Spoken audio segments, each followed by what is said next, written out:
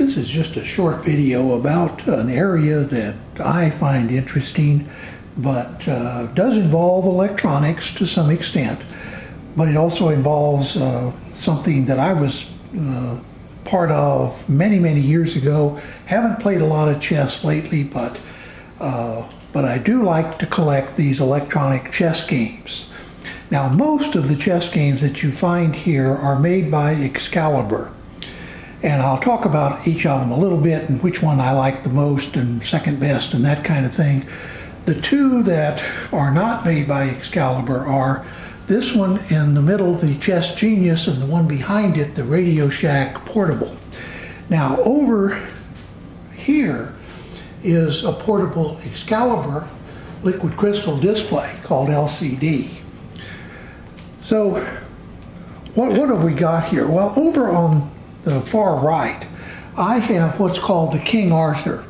Notice that the King Arthur has the board display here, so you don't actually have to have the pieces on the board.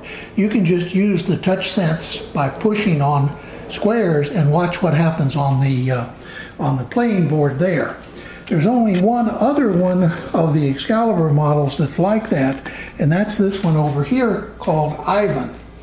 Now, this one in the middle, the Chess Genius, is not made by Excalibur, but it does have that little playing board. Some people find that very convenient, and I like it too, but I don't find it as necessary as some people do. So let's talk about a couple of others. This is a set that I have probably used the most. This little electronic chess game. It's called the Deluxe Electronic Chess. Here is the manual for it. And I say the one I've played the most because I've frankly had that one since the early 2000s. I think I bought it around 2002 or 2003. And I've probably played hundreds of games on this back then, but not a lot since then. I don't really think that this one is one of the better sets that Excalibur made. It's a lot of fun, but it's not one of my favorites. So now the question is, well, what about between the Ivan on the left with this display and the King Arthur on the right? Well, for that purpose, I prefer the Ivan, so I'm going to slide the King Arthur back. The reason is the Ivan is faster, and it also has sound that you can turn on and off, including speech. Now, it does not understand your speech, it just speaks to you. In the middle is one that is actually the highest rated. In other words, the one which is most likely to beat you. And it gets a very high rating, and there actually is one of this model. This is the lower priced model. I paid just a little over $100 for this not too long ago, but they make one that costs about $200 that is even more highly rated than this, that is called the Millennium Chess Genius Pro, I think. Anyway, this one was about $100. The one on the right is really my favorite, the Igor. So even though it doesn't have the little board display, so I'm going to put Ivan away. Then I'm going to touch briefly on these two. The Radio Shack, this is the 1650L, and supposedly the 1650 was the rating, but we'll look at that in a minute. This is what it looks like inside, and the chess pieces fit in little holes, and so you have to pull it out of the hole it's in and put it in another hole, and that's how it senses your move. Nice little computer, nice and compact, but nowhere near as compact as this. Plus, there's no chance with this one, the little LCD made by Excalibur, you're not going to lose the pieces. It plays everything on this LCD. If I'm going to do travel, this is the one I would take. Now, I haven't done a lot of chess travel lately, but many, many years ago, I used to travel quite a bit in my job, and I used to take that one with me. So now, as between Igor and Chess Genius, which one would I pick? Well, Igor, just like Ivan, actually speaks to you. Now, there is actually a third chess set, which you may see over there, called Alexandra. That's this box. And one above it called the Kingmaster 2. The Alexandra speaks to you. I don't think the Kingmaster 3 does not, but one thing it does do is you can play checkers against the computer as well as chess. Then down below it is the Einstein Chess Wizard, and over to the left, let me zoom in a little bit. This is the Igor box, and I actually have a second Igor because I like Igor the best of the Excalibur games. This is just the box for the Chess Genius, and this one is called Ivan 2. Well, I guess that's actually this one. That's just the box for this one. So, okay, now back to the two that I have here in front. Why do I like these two the best? Well, for one thing, they play differing levels. You can set the levels from pretty easy to beat it to you're going to have to really work hard and know a lot about chess to beat it. In general, played on roughly equivalent levels. In other words, the Igor playing, getting 1 minute per move, and the Chess Genius getting 1 minute per move, the Chess Genius will usually beat Igor. So, if I want a real challenging game, I use the Chess Genius. If I want something that talks to me, which is kind of convenient because it gives me the moves, it doesn't just show the move in the display, which is what happens in the Chess Genius, it also tells you. So, for example, it will say D2 to D4. Another thing that I like about the Igor is the pressure-sensitive board seems to work a lot better than the Chess Genius. I often find myself pushing many, many times to get the Chess Genius to recognize the pressing. Sometimes there's only a particularly small sweet spot that you have to press. And so sometimes what I wind up doing is picking the piece up and then putting my finger down and pressing on it, because that seems to work a little more.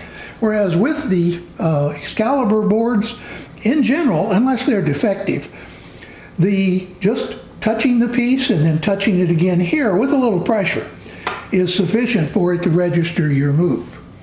So I thought you might be interested in all of that. Now let me show you a little listing that I put together of all these units and some of the comparisons, sort of the numbers. If you're not a numbers person, you'll probably want to stop here, but if not, stay tuned and I'll go over the numbers on these units with you. Okay, here are the units that you've seen, and they are listed in order of the rating that was given to them by the manufacturer. Bear in mind, this is a marketing number. It bears no real relationship to, for example, a USCF rating or a present tournament rating or anything like that. It's just what the manufacturer uses as a number to market.